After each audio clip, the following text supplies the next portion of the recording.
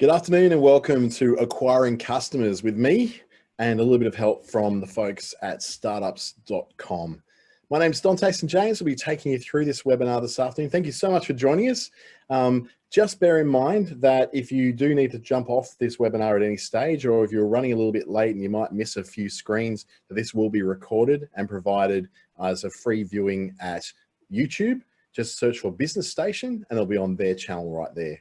For now, I'll just start sharing my screen and get it underway. But before I do, feel free to use the Zoom webinar chat window. I'm also monitoring the Q&A. So if you've got particular questions you want to ask along the way that are appropriate for either your business, or you've got something that you'd like to raise on behalf of someone else, please just bring it to the chat window or the Q&A window, and I'll be able to answer those as we go along. It is a live webinar after all, no recorded ones here. Now, quickly sharing my screen. Let's get underway. I came up with this great quote that I found from Warren Buffett, and it really sort of encapsulated for me the feeling around acquiring customers and making sales, whether you're a new business or you're just getting started, or you're a business that's very well established. It's not necessary to do extraordinary things to get extraordinary results. And he would probably know about it. This is the guy who's probably one of the top 3 richest people on the planet. And he still loves those little things in life, like going and getting a bacon and egg McMuffin from his local McDonald's every single morning, rather than getting the waitresses and the waiters and the servants coming and delivering him a fresh breakfast every day. It's quite an unusual man, but he's achieved some remarkable things. So who's this webinar for? It's for those who are on that precipice of wanting to start a business, wanting to be able to take that final step and go, well, how do I make sales? How do I get customers to buy this thing that I'm selling? But it's just as effective for those who already have a business and they want to be able to grow it, or get a little bit more effective in the way that they're acquiring their customers, getting new clients, and making sales. It is presented by Business Station and the Australian Small Business Advisory Services Digital Solutions Program, thanks to the Australian government. And it's also presented in partnership with Regional Development Australia in Brisbane for our Queensland viewers. And in the Northern Territory, Treaty Business Consulting is the partner there, and Business Station, of course, being located in Perth. A little bit about me. I'm a training partner with startups.com. They call themselves a startup university for founders, and also contribute to some of their materials as well, as part of their, like a committee, I guess is the best way of looking at it, of people who contribute knowledge of being in the startup ecosystem to provide them with materials to help other startups to do that a little bit better. Also a certified professional with the Australian Computer Society, an accredited advisor with NBN Business. It's not my fault if your internet's slow, sorry. Google's Digital Springboard program, a trainer with them, as well as a certified practicing marketer with the Australian Marketing Institute. Got a whole swag of infinity stones from Facebook, that's what I like to call them. And I work within the Northern Territory Government's Business Innovation Program, as well as the Business Growth Program, in partnership with the Department of Trade, Business and Innovation. So we'll get underway with what we call the 4 phases of customer acquisition, and they can be pretty much boiled down to finding out how you're going to build an audience. That's a really good start, because let's face it, if you're starting a new business, or you're growing a new business, or trying something else that's fairly new in your existing business, your first concern is anyone going to buy this stuff? Is anyone going to come along and use my services? How will I let them know?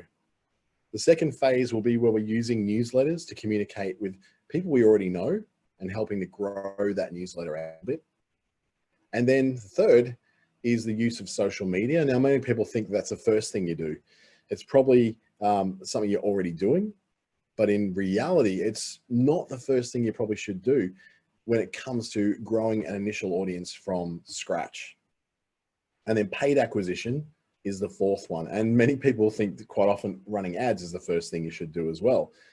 But it probably should be the last thing you do, because there's a very long list of very successful startups and businesses who never paid a cent when it came to advertising on social media or Google or any of those channels. to grow multi-billion-dollar businesses. Now, I'm not expecting that any of us here are going to come out with that. They're unicorns. They're the exception, not the rule. But we're going to look at this from a small business point of view for sole traders, people with, you know, less than 20 staff that are operating in Australia somewhere. It could be a city, could be a rural area, could be as far-flung as Darwin, where I am, or right on the Tweed and Gold Coast border, which is probably not a great place to be because I think the borders are shutting all over the place at the moment. You wouldn't want to be in Albury or Wodonga right now, I'll tell you that. There is no specific magic formula when it comes to building an audience of people for your business, but there is a bit of a formula that you can follow. It's not magical. It's just one of those things that requires you to be really consistent. It requires you to be systematic, day in, day out, day after day. It's one of the most boring things you may ever do, but it's that consistency that so many new businesses and even existing ones seem to fail at, because yeah, it is boring. It's not the exciting thing of making a new video on YouTube. It's not the exciting thing of, yeah, thanks for that, Lorraine. I just noticed that some of the graphics are taking a bit of a while to come on. So thank you for picking that out. It's one of those things where consistency really does win. And that's in marketing, that's in development of new business, that's in developing people as well. And the second one is equally as boring. It's being patient. No one wants to be patient. I don't want to be patient. I want things to work straight away, but it won't happen immediately. Look, of course, there are exceptions where it could happen immediately. There's stories of, you know, people who have released an app, and like Flappy Bird, for instance, a guy in a startup environment in Vietnam created the most boring app ever, but it was hard to do. It was really difficult and got people really, really hooked in. Now, he was almost an overnight success. So he developed this thing, a really simple app, and he made millions off that within the first week of its release. And you got other things like Fortnite, which was a game that originally was developed to not really handle that many players, but at its peak was making, and get this right, $100 million per day at its peak. And that was almost an overnight success as well, but it was built by a company that had built other games before it that had failed miserably. So that patience, even for them, they may have been an overnight success, but there was years of development and years of training and expertise that went into that. For 99% of us, it happens over time, not in a huge hurry. So what is this audience building formula? What is this formula we're talking about where it's not magical, but that thing where we've got to put in that patience and that consistency? It's about, first of all, starting with friends who will listen. Now, anybody who has been in a network marketing organization or company, who's done the Amways or the It Works, the Crazy Wraps, I've got friends now hitting me up for the like some cream that firms up your wobbly bits. I don't even know what that means, but there's all these things that require you to reach out to the people you know in order to get them involved in that network with you or to somehow sell. This is a really, really similar thing. So if you're in that startup place, or even if it's starting to do a new thing within your existing business, you start with the people who are around you that will listen to what you have to say. There may be people who respect your opinion. Maybe family members who will back you no matter how many times you stuff up. These are the people who are easy for you to go to and talk about what you're doing. And there are definitely ways to do this, and then there's ways to not do this. Approaching people with ads over and over and over and over, and basically tricking people into coming to a presentation when they thought they were coming over for a coffee. Yeah, that's all really much a no-no. But starting with friends who do respect your opinion and will give you the time of day to be able to listen at least to what the idea is. Now, the reason why you want to do that is not because you want to necessarily sell to that person. And this is where it's very different to network marketing or multi-level marketing, is that it's not necessarily the person who you're meeting with to talk to that is the person who's going to buy your product. They may not have any interest or any need for what you do, but the people they do know are the people who could use it. And when you enroll a friend in what you're trying to do, and they believe in it as much as you believe in it, it's really hard for them not to want to come up with ideas of people who they know who could benefit from what you're doing. Let's just say you're starting, you're a chiropractor and you're starting to work into more of a holistic medicine practice. In fact, you're going to be doing compounding homeopathic and naturopathic remedies. So what you could start with, rather than friends who will listen, is clients who will listen. Now, most of us may not realize that chiropractic is an alternate medicine. It's not like physiotherapy, which is completely supported by all the health things, all the health bodies around the world. It is still considered to be a complementary medicine. So talking to people who already are willing to go into a complementary medicine practice like your chiropractic clinic is a great place to go, okay, I know you like this. Hey, you might like this new thing I'm starting to do.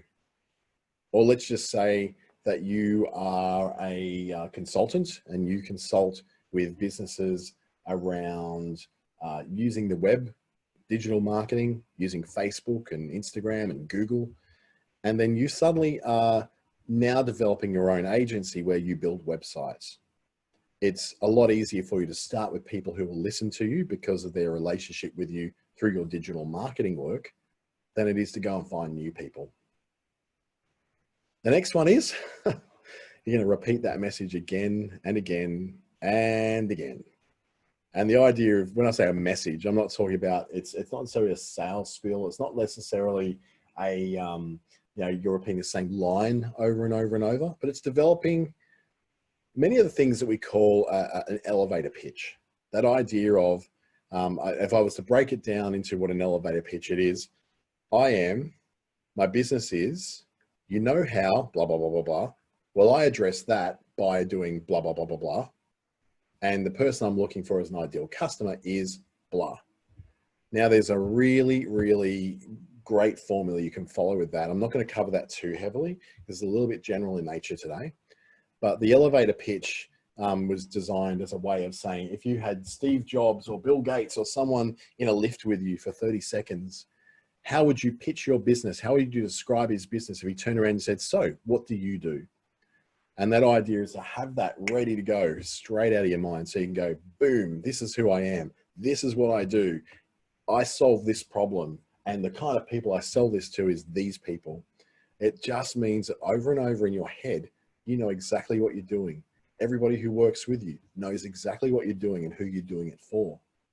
And then that ability to repeat that message again and again doesn't mean that every time you walk into a bar and you walk up to someone to buy a drink and they say, oh, hi, who are you? That you give your elevator pitch. It just means that when that inevitable question comes, and it's always the second question you'll get asked in any social scenario, what's your name? And then what do you do? That you've got something ready to unpack and ready to go. And it's something to repeat over and over again in your head, speak it out loud over and over again, but also that consistency thing we were looking at before, where you were able to make sure that your message is consistent as well again and again, helps people to get in their heads what it is you do and who it's for. So when we go back to where we started with our friends who will listen, that one friend gets the exact same picture of what it is you're doing and who it's for, that another friend will get, that another friend will get, that your mum will get, that your brother will get, that your sister will get, that your second cousin 3 times removed will get. They're getting a very consistent picture of what it is you do, so that when they're out in the world and someone says, hey, do you know someone who does, naturopathic medicine? They go, I actually do. My brother's friend's second cousin does it, and I think I've got his details here, but I do remember he said something about it was for people who were into complementary medicine. They will do the marketing for you. And that is by far the first place you go. Anyone who's done network marketing or anything like it would know that the first place you start is with the people that are already in your world, the people already in your network, the friends, the family. And we're not going to kill them with presentations. We're not going to kill them with sales pitches. All we're doing is using them as a ground that can be promoted because they already do it. We do it every day on Facebook, on Instagram. We share the good news about businesses we've dealt with that we liked, that restaurant we absolutely love, that new funky bar that does those awesome gins that you've never been able to find anywhere else, or that jewelry shop that sells Pandora charms that you haven't been able to find in any other shop in your town. So that's 1 and 2.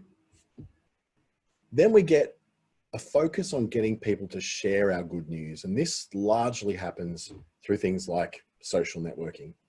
So it's focusing on getting people to share what you're doing. Now it's very, very simple to just sit there and just go, hey, I've got this awesome product, like, share, and comment, and someone may win it. That can be pretty effective when you've got a nice little, it can be great to build an audience, but repeating that over and over and again sort of loses a little bit of its luster after a while, that you find that running those competitions and giveaways just suddenly doesn't get quite the attention that it used to get, or the response that it used to get. It gets less effective the longer you go about it. When we focus on getting people to share, it's less about having a competition and a giveaway and more about providing material about your business and what you do that's actually worth sharing. Now you think about it. The videos that you would see on Facebook any other day, the ones which are, and I'm a sucker for this, rescue dogs. See a video of rescue dogs, that's it, I'm gone. You've lost me for an hour, because I've gone to a whole of videos. They're all about dogs being rescued and rehomed, and yes, I have a little bit of a tear in my eye as it happens, and I get really, really, really, really into those things. Or it could be the process of making food. I get fascinated by that. Or those, what they call oddly satisfying videos, where it's where something absolutely perfect happens. It could be the perfect ice cream swirl, or it could be the perfect machinery that works in such synchronicity with every part that you could sit there and just watch it for ages. Or anyone who's a parent would know all about the marble runs that were a very, very big thing on social media and YouTube probably about 3 months ago, where you put a whole bunch of marbles and they go down this track, usually through the sand at the beach, and you see which one's going to end up first. It was fascinating to watch because it was something that so many of us knew about because so many people shared it with us. They loved it so much that they shared it. What we don't realize is so many of these viral videos and so many of these, even dog rescue videos and videos about, this thing that's going to help you to fold fitted sheets with the least amount. I think it's sorcery myself, folding fitted sheets, but the ability to fold a fitted sheet as a video is basically used as a way to advertise that here's a device that helps you do it, or here's a website where you learn all sorts of life skills just like this one. There are very little of those kind of things. Even the rehoming and the dog videos are not necessarily just about making people feel really, oh, isn't that cute? They're actually on behalf of agencies, RSPCAs, rehoming groups, all those that are actually operating a little bit of a business, or they're operating a little bit of a, they're operating like a not-for-profit that needs to be able to do that. So they're promoting something that happens to be so well designed and so well targeted to who it's going to be delivered to, that those people love it so much they can't help sharing it. And then there's that value of patience. Ugh, I hate patience. I can't stand patience. I can't stand sitting there waiting for something to happen. I want it to happen now. But we have to learn that value of patience, because as we said before, 99% of people are not going to be the ones who are going to have something happen overnight. It's always going to take time. And a valuable story behind that one is that my own digital agency, I ran my first television campaign. I got one of those insanely good local television deals, which was just like so good that it was, I could not turn it down. And I'd worked in television before, so I knew how it all worked, could make my own ad and deliver it, all those things I was very lucky to be able to do. But I put the ad out there and I had to remind myself that this ad probably won't work for about 6 weeks. I'll probably get no response whatsoever.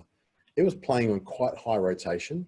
It was coming up all the time, People were telling me, oh, I saw your ad. I was like, okay, that's great, but nothing's happening with it. No inquiries, no, just friends who were saying they saw it. And that went on for 1 week, 2 weeks, 3 weeks, 4 weeks, 5 weeks, still nothing. 6th week, I had 17 phone calls. It was almost like the ad hadn't been on at all until that 6th week, which wasn't the case.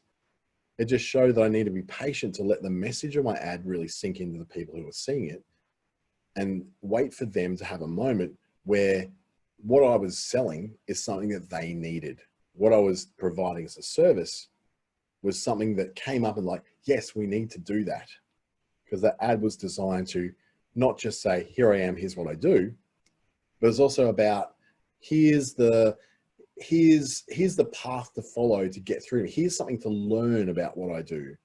And when you're ready, a little bit further down the track, give us a call. I also did a magical thing too.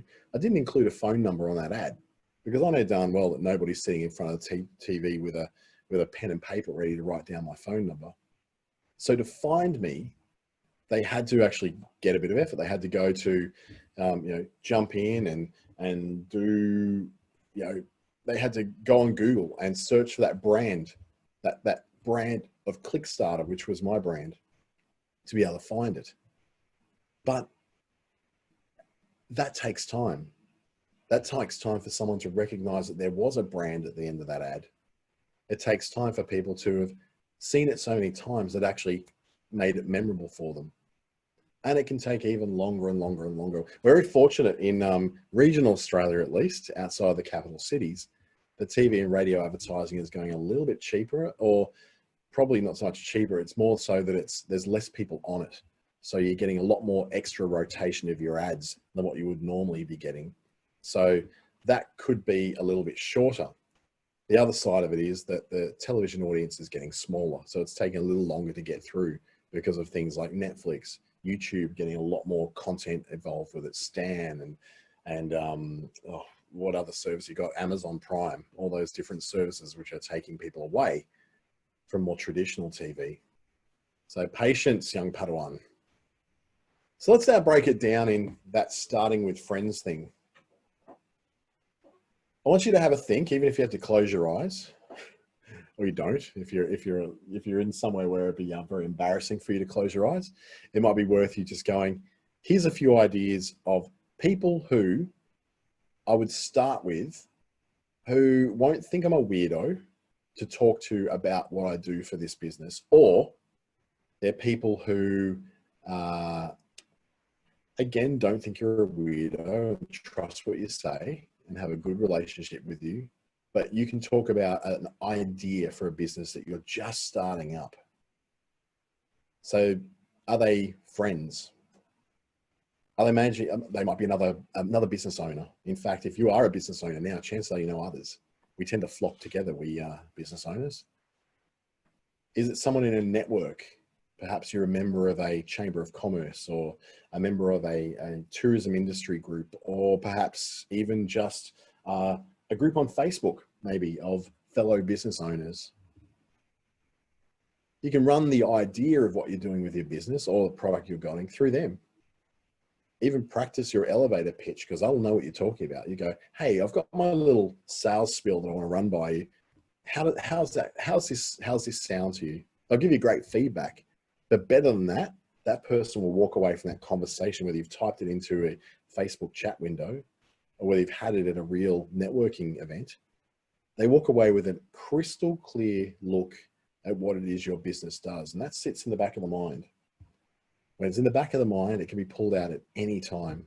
Say, for instance, they're at the kids' soccer on the weekend, and your daughter's playing soccer at the moment, and so you're talking to some of the other mums or dads, and you're going, oh yeah, we're about to get the house renovated, but we don't really know where to start. And suddenly the guy who just had that sales spiel delivered to him by his friend in business just the other day goes, that's funny you say that. I actually was chatting to someone who does home renovations just the other day. He was telling me pretty much exactly what he does is exactly what you're looking for. Small jobs, a kitchen or a bathroom, nothing too big, not building a whole house, not outsource stuff, not getting too involved in, plumbing or the electricals. And like, yes, that's exact match. Now, that opportunity wouldn't have come up if it wasn't for you reaching out to that person, number one, and number two, learning to become very specific about what it is your business does and who it is you're looking for. We often are very good at describing to our friends and family what it is we do. What do you do, love? What's your job? My mum still can't work out what I do. Seriously, I go down there and I can see her eyes glaze right over the minute I start to tell her about my workday, average workday. She doesn't understand it because it's not that doctor, lawyer, laborer, builder, chippy, sparky. I don't do that traditional kind of job. So I have to even develop a bit of an elevator pitch or a sales spiel to my own parents to describe to them what it is I do. So when you're starting with those friends, when you're starting with those people who are very similar to you, I suppose, then make sure you've got very specific about what it is you do and the kind of customer you're looking for. So hopefully you've been able to write down, and just as we've been talking about that, a few of the names of people that can help you along with that. And if all comes to all and you have nobody run all that stuff past because, you're doing your own home-based business and you've not really thought, or you're in a current business, you don't really want to give away too many of your trade secrets. I'm a very safe person. You can give me your trade secrets. So I've got someone in here who has worked with me, knows I'm not particularly one that's prone to getting out there and gossiping about other people's businesses. We could say, like, you can drop me an email. I've got some details at the end where you can run those ideas past me and I'll go, yep, no worries. Try this, try this. And you're also putting it in front of someone who does meet with a lot of businesses every week. I would say I probably have touch points with nearly 200 businesses every week around Australia. So I might be able to come up with a few connections there for you. Let's see how we go. When it comes to repetition, wow. Okay, so when it comes to repetition, it means that ability to be able to repeat that message over and over in the same way that, let's just say Jimmy Barnes does. Now, I can tell you that Jimmy Barnes absolutely hates having to sing K-San over and over and over and over again. But what is the one song that every time Jimmy Barnes goes on tour that his crowd are yelling out for him to sing? It's K-San. He cannot escape it. It's this quintessential song that's so indelibly tied with the Australian culture that if Jimmy Barnes and Cold Chisel are going to turn up somewhere, they're expected to play that damn song. And if they don't play it, all their old fans get mighty, mighty pissed at them. That repetition is the key to that particular band, that particular artist, of having a presence. The repetition also comes in the fact that living in a regional area myself, you can guarantee that every year, except for a COVID year, that Jimmy Barnes is visiting your town. He never stops touring. It's like knowing that Jim Owen is going to tour your town with his comedy show. He will come every year with pretty much the same jokes and the same act every year. It's very, and he'll sell out every year. He does so well at it. He's been doing it for 30 years, being able to sell out comedy venues and theaters by repeating the same thing over and over. You know what you're going to get. McDonald's has the same principle. You know that what you're going to get from McDonald's. You're occasionally surprised or delighted by something else that's on the menu that you normally wouldn't touch or you normally wouldn't know about. And I have to say the cheesy burger is amazing, but I'm on keto right now and I can't have it.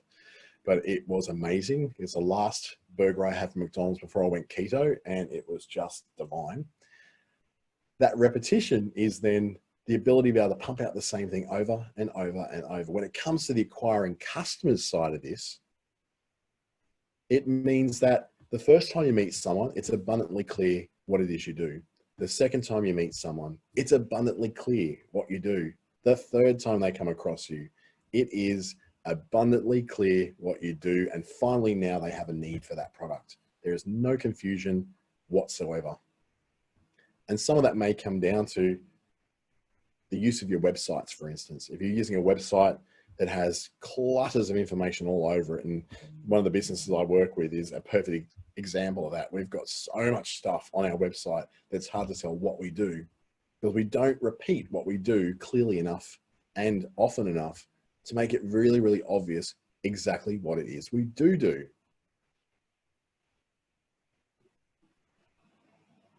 I say share and share alike because you want to be able to share good news from others, but also have people share your good news as well.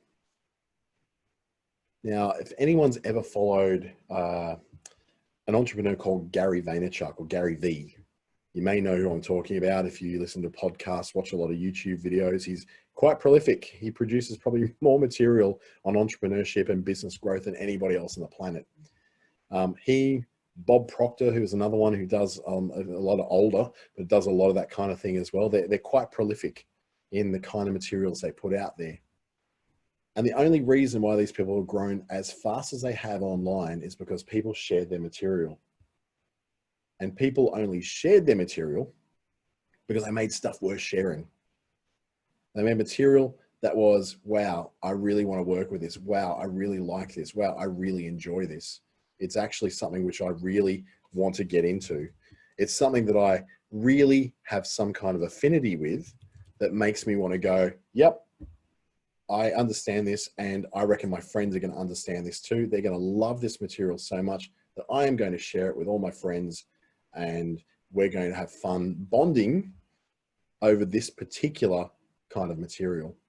So that was when we're talking about things like the rehoming groups, the dog videos, even funny videos. A lot of it comes down. This is why TikTok is so successful. Not because there was already a lot of people on the TikTok platform, but because really funny videos and entertaining videos on TikTok get shared far further than inside TikTok. They get shared to Facebook. They get shared to YouTube accounts, Snapchat accounts. The power of TikTok isn't what you view inside TikTok. It's the way that people share it out to other platforms. I was often told when I was in a what's called a BNI chapter, it's a business network when I was living in Queensland, that it's never the first lot of people that are directly around you that are going to be the ones that are your big customer base. So whilst you'll start with them, whilst you start with your friends, you'll start with your family, you'll start with those people directly related in a circle with you, it's the next circle out where a big core of your money is going to be made. But your customers are going to come from well beyond that. They'll come from that next circle out again.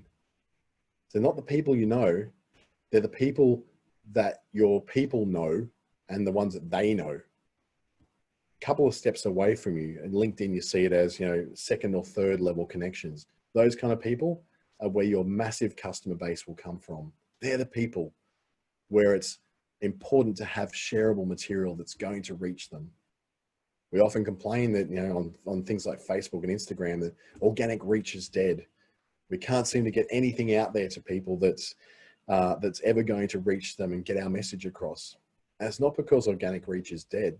I'm seeing stuff every day on my feed, tons of it from businesses. But I'm seeing stuff on businesses that makes me want to take notice of them. It's not just yet another inspirational quote made in Canva. It's a carefully crafted message that's been really carefully thought of to be created for people to share. It's not just a giveaway which says, hey, like, share, and comment. Make sure you share this to your friends in order for you to get in the competition. It's going, this is something that's so interesting about what I do, or it's so inspirational about what I do, or it's so relevant to you as a potential client that even if you don't share it to your friends, someone will share it. They'll tag a person in that photo and say, oh my God, this is just for you. This is what you were talking about the other day.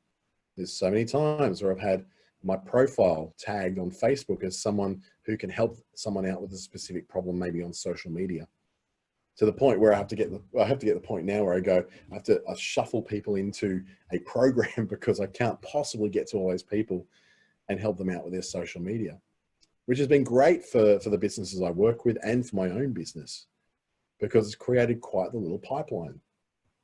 Because I created initially some post that was really super relevant to what it is that I was doing in my business, or It could have been a super relevant post to one of these webinars, just like this, that someone goes, oh, you need to get this. You were talking about this the other day. This will be the webinar for you. And they tag their friend in it to go and find it as well. Now, then there's the patience. And I'd like to say patience, young Padawan, because it's something which came up in the Star Wars prequel movies quite a lot if you were fortunate or unfortunate enough to have to see those movies, where Anakin Skywalker, he was wanting to do things now, straight away. Hurry, train me, make me a full-scale Jedi warrior. Make sure that, you know, I want to get out there and fight the evil. I want to do all this stuff now. And they keep saying, patience, young Padawan, which is a way of saying, patience, my apprentice. Just take your time. You need to learn more. You need more experience. And he's like, but I can't get more experience if I don't do the stuff. It's the catch cry of youth, really. Let me go out and do it now. Let me drink now. Let me have sex with people now. Let me go out and party now. Let me vote now. It's always let me. And you'll be doing this in business. I do it still. All these years in, I still go, oh, I want to do it now. But it takes patience. It takes patience of making sure you get those previous things done first. Making sure you have started with what we call the low-hanging fruit, starting with your friends, your family, the people around you who you can talk easily to about an idea for your new business or the business you're currently running. People who you can go, I don't just make essential oils. I make this very specific essential oil, which has proven clinical health benefits. It's making sure you've got that message ready to go, that it's able to be repeated again and again in a really consistent format. So it's crystal clear exactly who you are, what you do, and who your services are for or your products are for. To that point where you can go and have your material shared and amplified without you even having to pay a cent. And that all takes time. Your first post is not likely to do very well. Your 10th post is not likely to do any well.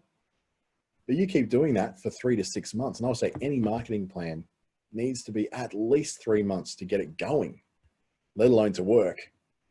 You start going about 6 months in and you start to see some kind of growth. It took me 3 years to turn a profit in my business. In that time, I was working a full-time job just to keep throwing money into this business that didn't seem to be working.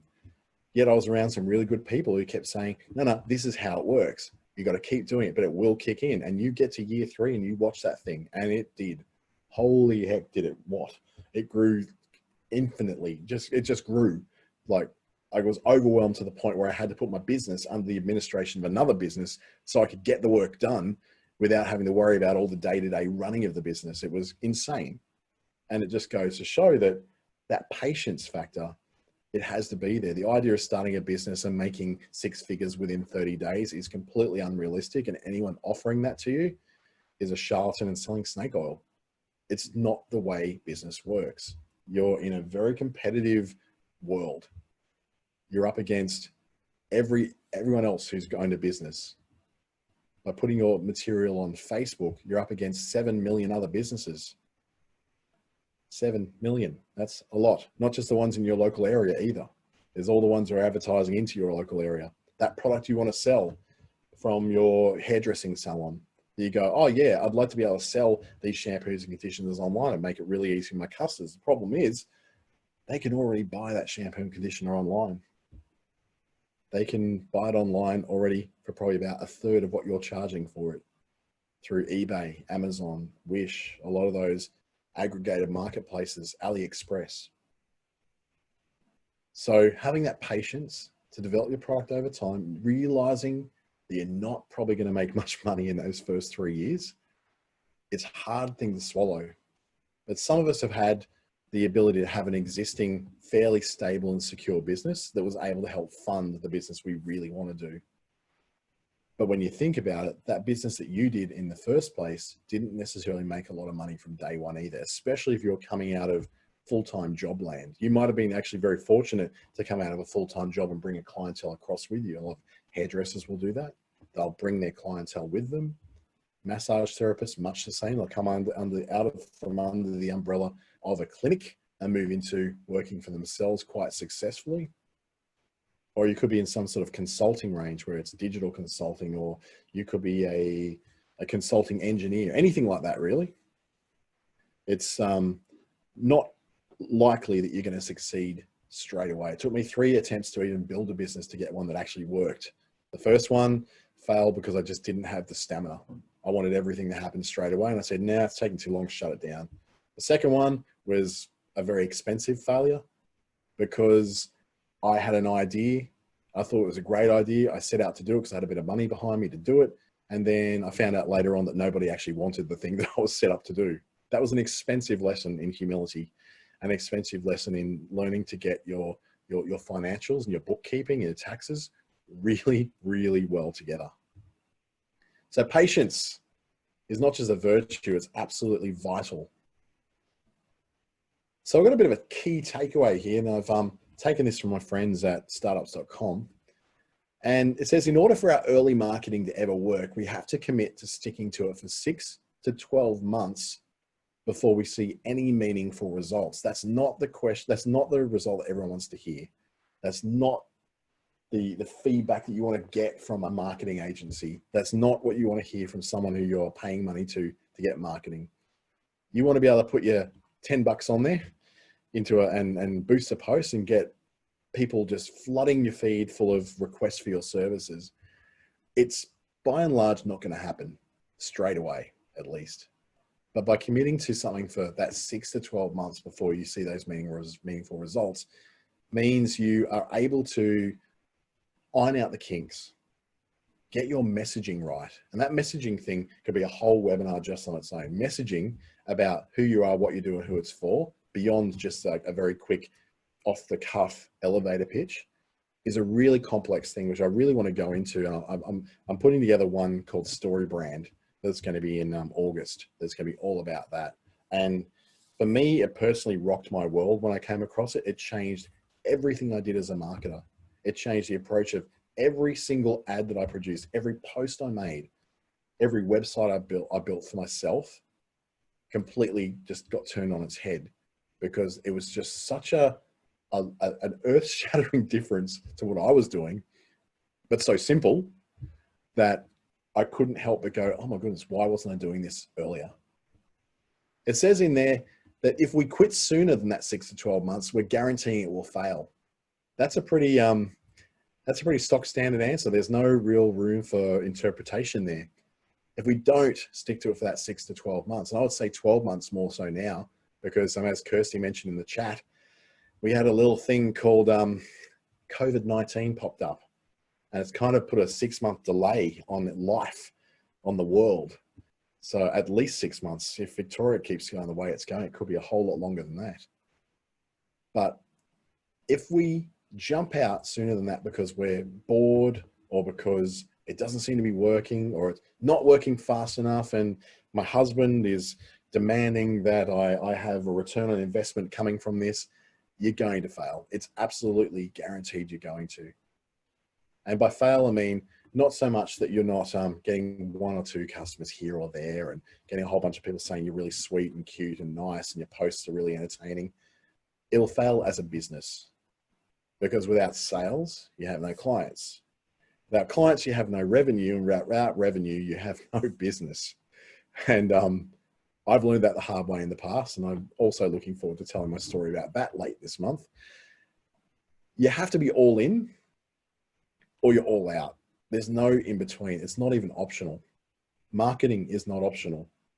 Whilst spending money on marketing in some rare cases may be optional, even those who haven't spent money at the beginning eventually have to have some sort of paid promotion to lift their user numbers or their customer numbers up a little bit more later in the game.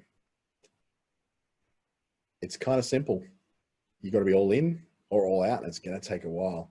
It's a long time. It's a long time. I had a really good question from one of our attendees saying, being committed to 6 to 12 months is a long time if your campaign is never going to work. How do you gauge whether you're totally on the wrong track? This is such a good question. Thank you so much. Because you look at that and go 6 to 12 months. What if I'm completely doing the wrong thing for a whole year? It's still not going to work. So there's different, I would call it probably an agile or a lean startup method. And I did a webinar on the lean startup, and you can actually probably find that on Business Station's YouTube page. You'll be able to see that there was one I did on the lean startup, and it was about the ability to be able to pivot. And that's a word that's been overused along with the new normal a lot lately, but pivoting your business at different points. So you set yourself little mini goals along the way with an idea that you do want to, at some point, get to some goal, but understanding that it's not the point to get to that goal, it's the point to make a successful business. So whilst your dream business may be X, the reality is that on the path to getting to that dream business, you may end up with a completely different kind of business because that's the one that worked. That's the one the market wanted. The same thing goes with your marketing and with your promotion of yourself, whether it's through your email newsletters or through your website or through your social media, or even talking with people face to face in your life, is that at some point you need to measure. You need to measure along the way whether the things you're doing are having any sort of impact. So our social media platforms give us a lot of insights on that. Google Analytics gives you a lot of measurements on that as well. But the ability to be able to see those things and interpret them, that gives you the information you need to be able to make these little micro corrections along the way. If someone's sailing all around the world, they have a plan of going a certain way. They want to circumnavigate the planet. They know they've got to go certain ways to cover that without running into land. Great, they do that. But what if a whirlpool appears in the ocean? And they do. What if a storm happens and you can't go through it? You have to go around it. Suddenly you have these little navigational changes you need to make. Now, they're not necessarily meaning that your 6 months now becomes 9 months and your 12 months becomes 18 months. It's more just a case of, yeah, you're still aiming for that 6 to 12 months, but you're making little micro corrections along the way. And that's a skill at being able to read where your business is at, being able to read what your financials are, being able to look at all those different places like your email marketing and reading what people open the most, using measurement tools that measure what parts of your website people tend to dwell on the most and read the most, what social media posts are the ones that, again and again, seem to be the ones that work better than the others. And then you sort of push aside those things that don't work so well, and you double down on the things that are working. So thank you, anonymous attendee, for that. I really appreciate that question. That was a sensational question, because it is the one that this whole planning for 6 or 12 months doesn't necessarily answer on its own. So now we're going to choose some weapons in our closing 10 minutes. By weapons, I don't mean lightsabers or a medieval lance or even a gun for that matter. We're looking about choosing particular kinds of styles of marketing that can help us to achieve customer growth. The first one on the left I'm showing is email marketing. It's through things like MailChimp. You might have an email marketing thing built into your website. You might be using something like Oncord, which is an excellent Australian website tool, which allows you to actually have an email marketing thing built into it. It's very well done. Thoroughly recommend it. Or you could use social media, which is what most people jump into. We tend to jump into that because we're already on there anyway. So it's not that great a jump to learn a little bit more about how to use it for a business. And then finally, it is on the right, which I've got for paid traffic. The ability to pay to get a lot more eyes in front of what your message is. So when it comes to email, why would you choose it? Well, it's an ability, if you're starting up a new business, you want to keep a little bit more secretive. It helps you to keep your early efforts on the down low. That's what DL means, on the down low, quiet, a little bit restricted, so it doesn't really get too much out there, especially if you end up in an epic mess. You can create a really focused group of very early adopters or early customers in what you're doing. So they can help you, generally people who are very early into a business or very early into a movement or a piece of software. We call them early adopters. And they're also some of the most loyal people out there. They really believe in you. They're fans of what you do. Wendy, I'm just going to type in the email, sorry, the domain name to go and check out for that platform we're looking at. It's actually a website builder that's got built-in e-commerce and email marketing and a CRM inside it. Bloody brilliant, if you ask me. Really, really like it. It's great for more narrative stories. So if you're in a startup environment where you're starting a new business or a new business within a business or a new product, you get to tell a bit of a story along the way. You've got a bit more room to move with it. You don't have to be quite so short of those little 1 or 2 liners in Facebook or one image in Instagram. You can tell a bit of a story and you can provide a lot of updates because it's free. MailChimp, for most people, probably in this room, is free. It's your email list. It's your platform that you can use. Most of the time, email platforms are free to start with, and you pay a little bit more for when, you know, things are, when you need a little bit more power behind, a little bit more juice. But the unfortunate side effect could be of this, that you may not have many email addresses to start with, and growing that email address database is an art all of its own. One of those things where if you don't ask for email addresses, you won't get them. And quite often, we already have a source of lots of email addresses right in the contacts of our phone or in our email that we got here. Now, is that regarded as spam? Not necessarily, because you can demonstrate that those people have a relationship with you already. Therefore, they have a relationship with your business. So there's ways around that. I won't get too deeply into the ethics and the legal repercussions of spam. That again is another webinar all on its own, but it's not unethical to be able to use the contacts you have to introduce them to something that you think might be helpful to them. Had a question from Kirsty saying, can you use another business email addresses? So in other words, can you use another business to send out something about your new business? I don't see any real problem with that. Again, that's probably an ethical thing. If people already have a relationship of some, oh, okay, you mean using another business's list of email addresses, that's a big no-no. That one's, yeah, really, really specifically geared that those businesses should have opted in and should have a demonstrated prior relationship with your business. So buying email lists, all that really does is flags you on a lot of spam filters with Google specifically, but also Microsoft, and will go, okay, if enough people don't see this email that have gone through to Gmail addresses or Outlook email addresses, both those services will flag you as being spam, and no one will ever see your email on those systems ever. You'll just never be able to cut through. So I would say, don't use other people's lists, develop your own, even if it takes longer, because remember, patience, young Padawan. Social media is really good for quickly reaching a big, big, big network of people. It's relatively easy, relatively cheap, and you can do it. After all, Facebook is like, what, 1.7 billion people now? Sorry, 2.3 billion people now, I think it is. TikTok's got like 1.6 million people just in Australia using it.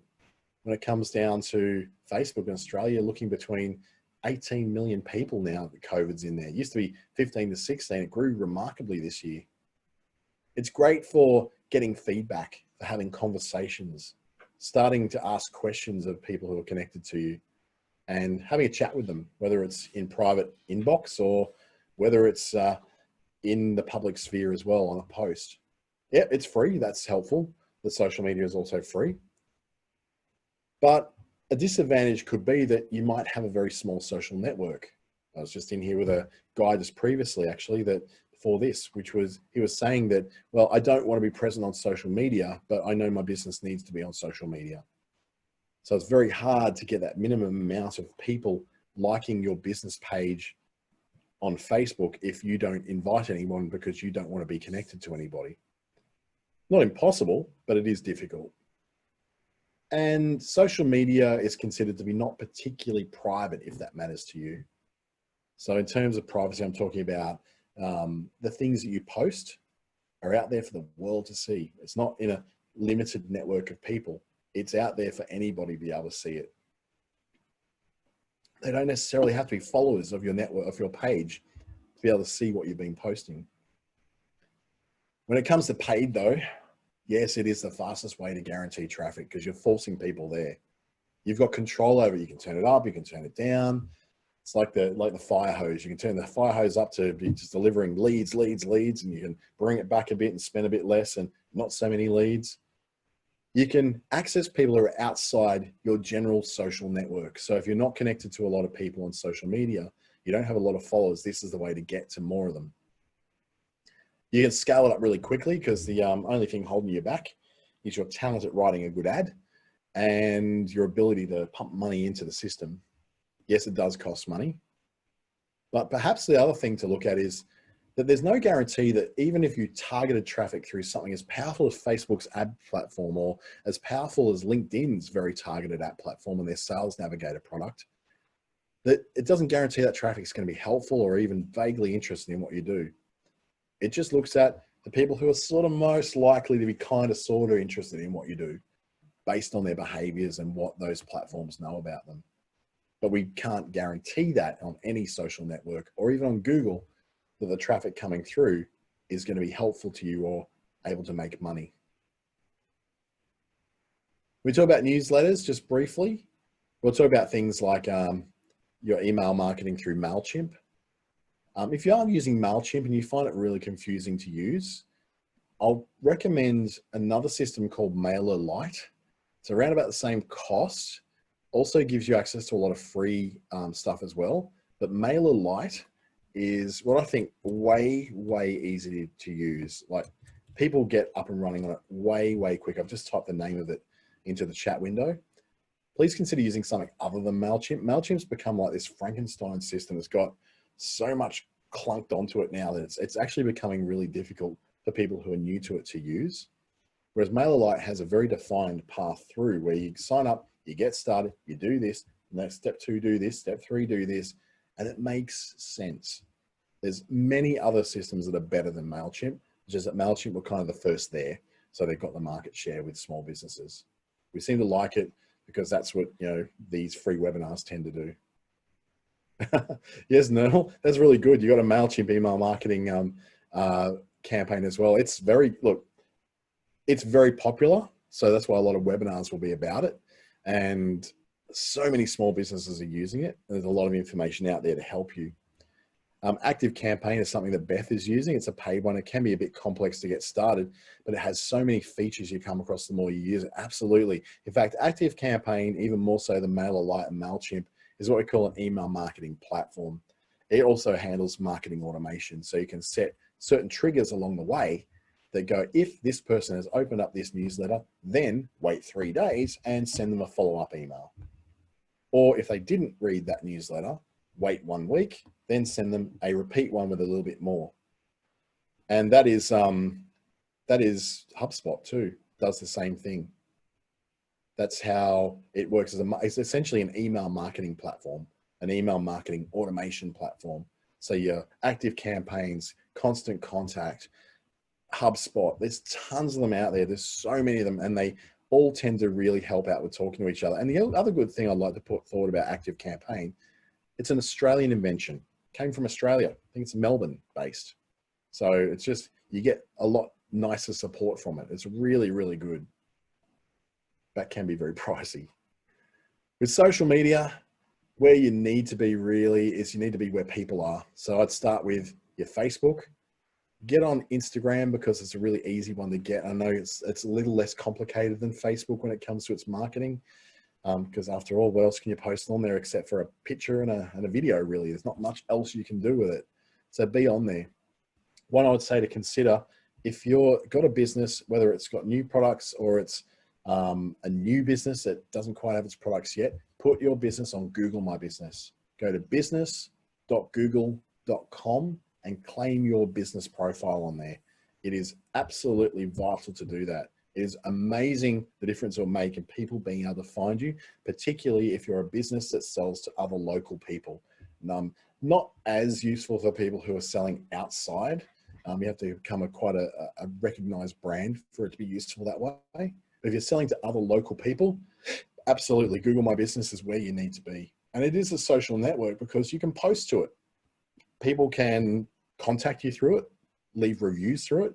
So Google My Business as part of Google's search is actually a social network of its own. And when I look at paid traffic, the easiest to use paid traffic is boosted posts on Facebook, but there is so much more in the Facebook ads platform that allows you to do much deeper stuff and actually get your clicks cheaper and to get to more people. I would also consider, if you're selling to other businesses, to take a look at LinkedIn's marketing solutions. They do a very similar platform to Facebook's, but I think it's actually a little bit more simple than what Facebook's is. Facebook's has got very, very big and very complex. LinkedIn's marketing platform, if you're selling to businesses, could be really useful. The traffic does cost you more to get. The cost per click is a little more, well, in some cases a lot more, but that traffic is very, very, very, very, very tightly targeted down to a lot of information about what that business does and the person in that business and what they do there. So a question from Ben, who's asking, is it helpful to hire someone to do marketing for you, or is that too expensive for new or early businesses? I would always say learn as much as you can on your own for free before you pay someone. That may be counterintuitive because you need to spend a lot of money doing the other stuff in your business, but some platforms and some processes are fairly simple to do. And when you're in that very early stage, if you don't have a lot of runway funding of millions of dollars to help you start this thing up, you're going to run out of money real quick when you're paying people to do things for you. So I would say use all the tools that are around you, everything from ASBAS advisor sessions to these free webinars. Search for everything you can. Look for advice from people around you. You'll be amazed at how helpful other businesses can be, especially ones who do the same thing you do. There's some incredibly generous people out there who give a lot of time. I set up free seminars all the time and get together with people for coffee and give them all my secrets because, you know, I don't mind if there's other competitors out there. I'm not worried about them. I feel like my business can stand on its own. But the reality is, and Kirsty said it's just perfectly there, you know your business the best. Bringing someone in from outside may not be the best thing to do from the very beginning, unless you have runway money that you can spend on a person, because that can get really expensive. It's going to be more expensive than if you do it. But when it comes to the point where your business is running so quick and so fast that you need to be able to step back from it so that, you know, you can concentrate on certain areas of it, then you may be in that position to bring someone in. But yeah, it's it's definitely something you should be trying to do yourself first. And if not, then see what you can get for free help, and then maybe consider paying someone along the way. If you'd like to run some ideas about me or ask any further questions, I love answering questions. I love sort of this whole startup and business development area. So you can email me at that email address that's on screen right now. I'm easily found on Facebook and LinkedIn because I've got hippie parents who gave me a stupid name. So I'm very, very easy to find. Dante St James. Gosh, what were they thinking? I think, what were they drinking at the time when they came up with that? I thank you very much for joining us this afternoon. Just bear in mind that you can go and view this again in a couple of days at Business Station's YouTube channel. Just go to YouTube, type in Business Station, subscribe to that channel and pick up not just this session, but all the C19 Biz Booster ones we're doing. And hopefully I'll see you another one. I've got another one tomorrow afternoon at 4 p.m. Western Australian time, 5:30 Northern Territory, 6 p.m. Queensland time, which is on, I'll have to quickly look it up and see what it is because I've completely forgotten because my brain is going a million miles an hour. Let's see what it is. It is, gosh, you'd think I'd be a lot more organized than this, wouldn't you? Really great at representing my own stuff. Let's just pop over on another screen on here. Probably will stop my screen share. But it will no doubt be a fantastic event, just like today's one was. Thanks again, and I hope to see you again very shortly. And let your businesses grow and flourish. I look forward to seeing you succeed.